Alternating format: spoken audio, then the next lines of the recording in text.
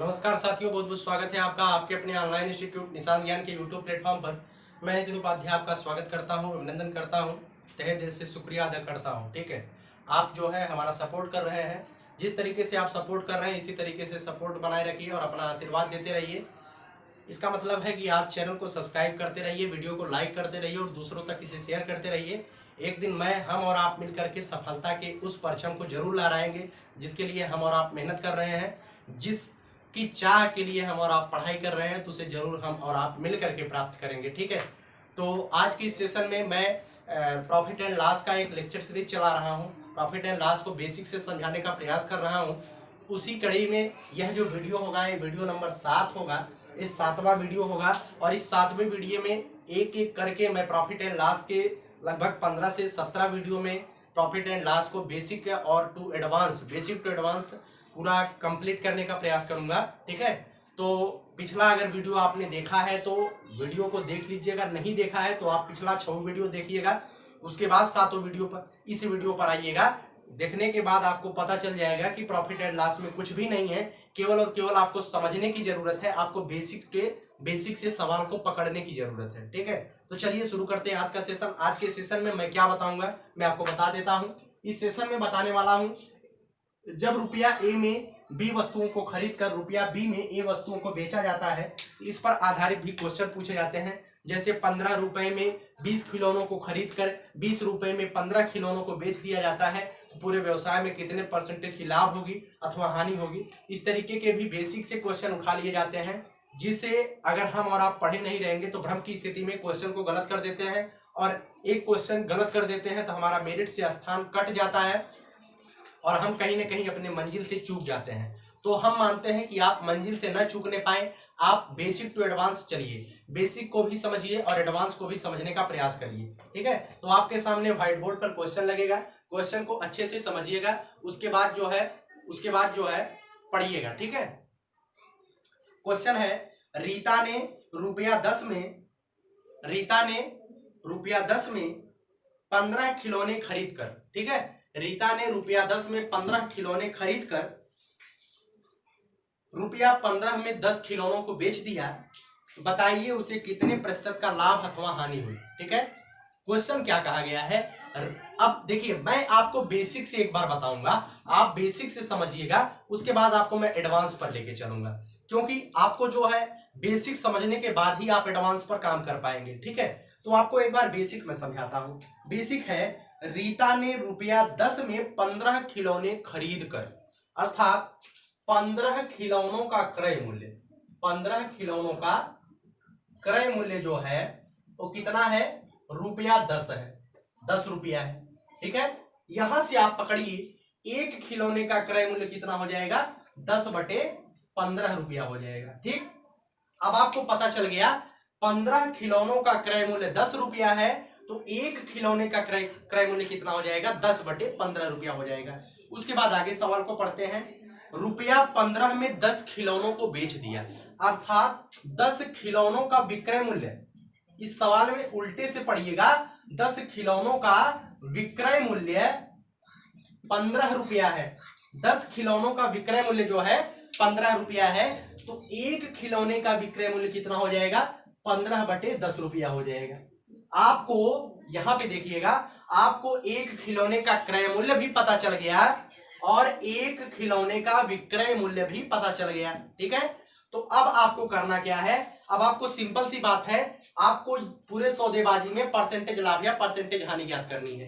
तो परसेंटेज लाभ पहले बताइए कि क्रय मूल्य बड़ा है कि विक्रय मूल्य बड़ा है। 10/15 और 15/10 में कौन सी संख्या बड़ी है, इसके लिए मैंने बेसिक दो संख्याओं में बड़ी छोटी करने के लिए मैंने तिर्यक गुणा आपको बताया था। 10 दहा में 100, 15 225, अर्थात 225 बड़ा है, अर्थात 15/10 बड़ा है, और 15/10 विक्रय मूल्य पर है, अर्थात विक्रय मूल्य बड़ा है। जब विक्रय मूल्य बड़ा है दोस्तों, जब विक्रय मूल्य बड़ा है तो जायज सी बात है कि हमें क्या हो रहा होगा, लाभ हो रहा होगा। लाभ कितने का हो रहा है वही बताइए। लाभ हो रहा है 15/10 माइनस 10/15 रुपए का। अब इसे सॉल्व करिएगा, 225 माइनस 100/15 दहा में 150 हो जाएगा, 125/150 रुपए का लाभ हो रहा है। इतने रुपए का क्या हो रहा है, लाभ हो रहा है। अब कहा जाए अगर आपसे परसेंटेज लाभ निकालिए, क्या कहा जाए, परसेंटेज लाभ निकालिए, तो प्रतिशत लाभ बराबर होता है लाभ, लाभ कितना है 125 बटे 150, लाभ है 125 बटे 150 का, और इसी में कर दीजिए 100 से गुणा, इसी में कर दीजिए 100 से गुणा, और बटे लाभ गुणे 100 बटे क्रय मूल्य कितना है दोस्तों, एक वस्तु का क्रय मूल्य है 10 बटे 15, यहां पर आप 10 बटे 15 लिख दीजिए। ठीक है, अब इसे सॉल्व करिए, इसे सॉल्व करिए, उसके बाद इसमें 100 से गुणा कर दीजिए, प्रतिशत लाभ आपको पता चल जाएगा। इसे सॉल्व करने के लिए जब बटे बीच में दिया गया हो, ऊपर हर और अंश दिया गया हो, नीचे हर और अंश दिया गया हो, तो बाहरी संख्या का गुणा आप कर लीजिए, 125 गुणे 15 कर लीजिए, उसके बाद आप इसमें गुणा कर दीजिए 150 गुणे 10 से गुणा कर दीजिए, मतलब अंदर की संख्या का गुणा अंदर कर दीजिए। ठीक है, उसके बाद इसमें 100 से गुणा कर दीजिए, ये जो 100 लिखा गया है उसमें गुणा कर दीजिए, एक जीरो से एक जीरो कैंसिल हो जाएगा, इस जीरो से ए जीरो कैंसिल हो जाएगा, 15 एक के 15 हो जाएगा, अर्थात 125% का में क्या होगा, लाभ हो जाएगा। ठीक है, कितने परसेंटेज का लाभ हुआ, 125% का लाभ हुआ। उम्मीद है कि आप जो है सवाल को समझने का प्रयास किए होंगे, बेसिक से किस तरीके से सवाल को लगाया जाता है आप समझ गए होंगे। ठीक है, तो बेसिक से सवाल को किस तरीके से, इसी तरीके से लगाया जाता है, तो बेसिक आपने समझ लिया। अब इसी सवाल को मैं एडवांस लेवल पर करके दिखाता हूं, जो सूत्र है, जो सूत्र बनाया गया है उस सूत्र के माध्यम से मैं बताता हूं। सूत्र क्या है, जब ए रुपए में बी वस्तुओं को खरीद कर बी वस्तुओं में ए रुपए को बी रुपए में ए वस्तुओं को बेचा जाता है, ठीक है, अर्थात प्रतिलोम करके दिया जाता है। 20 रुपया में 15 खिलौने खरीद कर 15 रुपए में 20 खिलौने बेचा जाता है। इस तरीके से सवाल जब दिया जाता है तो इसका जो फार्मूला होता है उस फार्मूले को ध्यान रखिएगा। क्रय किए गए वस्तुओं की संख्या, क्रय किए गए वस्तुओं की संख्या का वर्ग माइनस विक्रय किए गए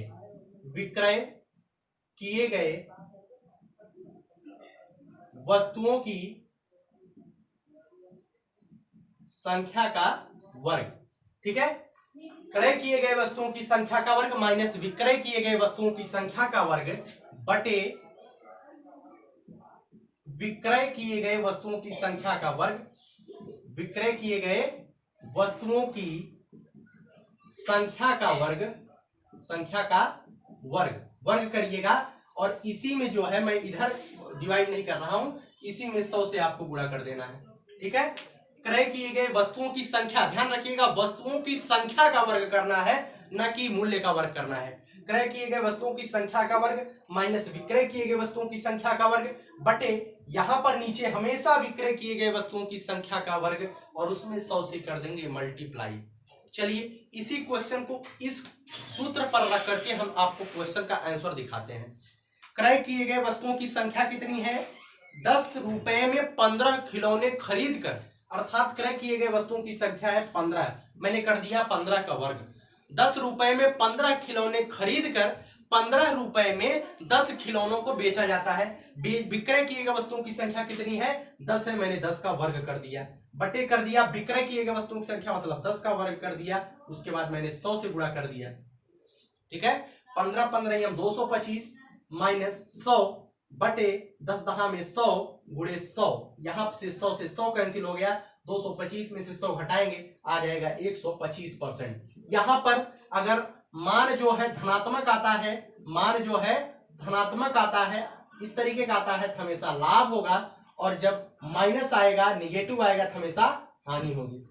ठीक है, इसे समझिएगा। उम्मीद है कि यह जो फार्मूले पर है वो भी आपने समझ लिया होगा, जो मैंने बेसिक से बताया है वो भी आपने समझ लिया होगा। चलिए एक दो क्वेश्चन आपके सामने और रख देते हैं, जिससे इस टॉपिक में कोई भी दिक्कत आपको न झेलनी पड़े। कुछ कल में रुपया 8 में 10 के भाव से खरीद कर, रुपया 8 में 10 के भाव से खरीद कर रुपया 10 में 8 के भाव से बेच देती है, तो बताइए उसे कितने प्रतिशत की लाभ हुई अथवा हानि हुई।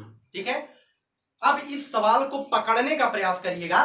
रुपया 8 में 10 के भाव से खरीदकर, अर्थात 10 कलमों को 10 वस्तुओं को 8 रुपए में खरीदा जाता है। कितने रुपए में, मैं बेसिक से बताता हूं कि जो क्रय किया जाता है, ठीक है, 10 रुपए में 10 वस्तुओं को 8 रुपए में व्यय किया जाता है, खरीदा जाता है, ठीक है। रुपया 8 में 10 के भाव से खरीद कर, 10 के भाव का मतलब 10 वस्तुओं को 8 रुपए में खरीदा जाता है। एक वस्तु को 8/10 रुपए में खरीदा जाएगा, ठीक है। तो वस्तु का क्रय मूल्य आपको पता चल गया, एक वस्तु का क्रय मूल्य। अब उसके बाद देखिए, रुपया 10 में 8 के भाव से बेच देती है, रुपया 10 में 8 के भाव से बेच देती है, अर्थात जो विक्रय मूल्य है, 8 वस्तुओं का विक्रय मूल्य 10 रुपया है, ठीक है। एक वस्तु का विक्रय मूल्य 10/8 रुपया हो जाएगा, ठीक है, 10/8 रुपया हो जाएगा। अब आप बताइए, एक वस्तु का क्रय मूल्य भी आपको पता चल गया है, एक वस्तु का विक्रय मूल्य भी आपको पता चल गया है, तो आपको यहाँ पे लाभ और हानि तो निकाल सकते हैं ना। तो बताइए लाभ हो रहा है कि हानि। सबसे पहले आप 8/10 और 10/8 में बताइए कौन सा बड़ा है। तो आप बताएंगे भैया 10/8 बड़ा है, ठीक है।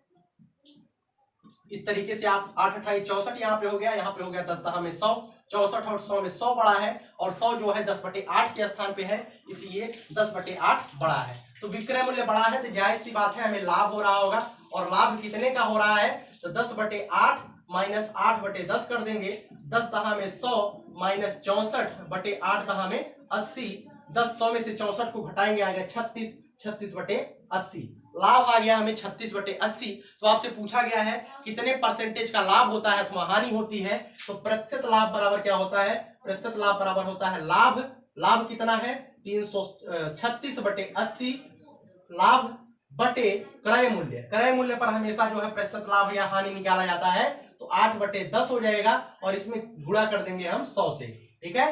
तो मैंने बताया है इस सवालों को सॉल्व कैसे किया जाता है, बाहर का गुणा बाहर कर दीजिए, 10 × 36 हो जाएगा, यहाँ पे अंदर का गुणा अंदर करके 8 × 80 को नीचे लिख दीजिए, ठीक है, और इसी में 100 से आप गुणा कर दीजिए, ठीक है, इसे काट दीजिए, ठीक, 1 0 से 1 0 कैंसिल हो जाएगा, 2 चौका 8, 2 8 36, 2 चौका 8 और 2 9 18, ऊपर आ जाएगा 10 9 90, 90 10 में 900, 90 10 में 900 बटे नीचे आ जाएगा 4 चौका 16, 900/16 परसेंटेज की क्या हो रहा है, लाभ हो रहा है। अब इसे आप काट पीट लीजिएगा, किस तरीके से काटते हैं किस तरीके से करते हैं वो आपके ऊपर है जिम्मेदारी। इस सवाल को 900/16 को काट लीजिएगा, ठीक है। कितना आएगा 56 सही 1/4%। कितना आएगा 56 सही 1/4%। मैंने जो आपको एक फार्मूला बताया था उस फार्मूले पर भी इस सवाल को मैं बता देता हूं। ये तो बेसिक था, बेसिक से आपने पकड़ लिया होगा, क्योंकि कभी कभी फार्मूला नहीं याद आता है, तो बेसिक से आप किस तरीके से सवाल को करेंगे वो आपने जान लिया। लेकिन मैंने आपको फार्मूला भी बताया था, तो फार्मूला को एक बार रिपीट कर लीजिएगा। जब रुपया ए में बी वस्तुओं को खरीद कर रुपया बी में ए वस्तुओं को बेचा जाता है, तो वहां पर मैंने फार्मूला बताया था क्रय किए गए वस्तुओं की संख्या का वर्ग। सवाल में देखिए कितनी वस्तुओं को क्रय किया जाता है, रुपया 8 में 10 के भाव से खरीदकर, अर्थात 10 वस्तुओं को खरीदा जाता है, तो 10 का वर्ग कर दीजिए। उसके बाद है रुपया 10 में 8 के भाव से बेच देता है, अर्थात 8 वस्तुओं को बेचा जाता है। क्रय किए गए वस्तुओं की संख्या का वर्ग माइनस विक्रय किए गए वस्तुओं की संख्या का वर्ग बटे विक्रय किए गए वस्तुओं की संख्या का वर्ग गुणे 100 कर देते हैं। यही इसका कॉन्सेप्ट है जो फार्मूला वाला है, ठीक है। 10 10 में 100 हो जाएगा, 100 माइनस 64 हो जाएगा बटे 64 हो जाएगा गुणे 100 हो जाएगा, ठीक है। 100 में से 64 को घटाएंगे 36, 36 बटे 64 गुणे 100 हो जाएगा, ये आएगा 56 सही 1/4%, ठीक है। यहाँ पर क्या आ रहा है, हमेशा ये मान धनात्मक आ रहा है तो ये होगा लाभ, अगर यही मान ऋणात्मक आता तो होता हानि, ठीक है। उम्मीद है कि और देता हूं एक सवाल में आपके सामने और देता हूं। देखिए इस सवाल में क्या कहता है, इस सवाल में है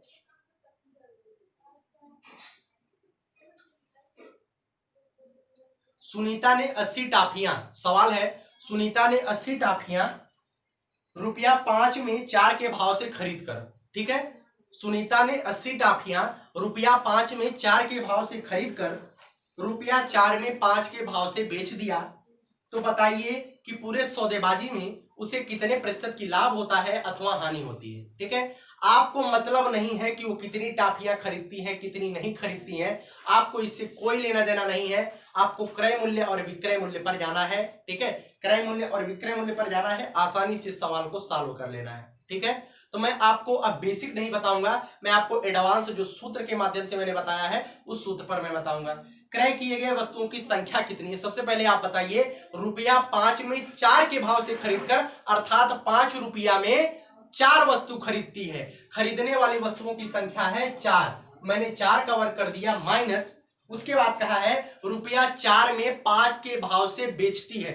रुपया 4 में 5 के भाव से बेचती है, अर्थात 4 रुपए में 5 वस्तुओं को बेच देती है। तो बेचने वाली वस्तुओं की संख्या कितनी आ जाएगी, 5 आ जाएगा, तो मतलब 5 का वर्ग हो जाएगा क्रय किए गए वस्तुओं की संख्या माइनस विक्रय किए गए वस्तुओं की संख्या बटे विक्रय किए गए वस्तुओं की संख्या।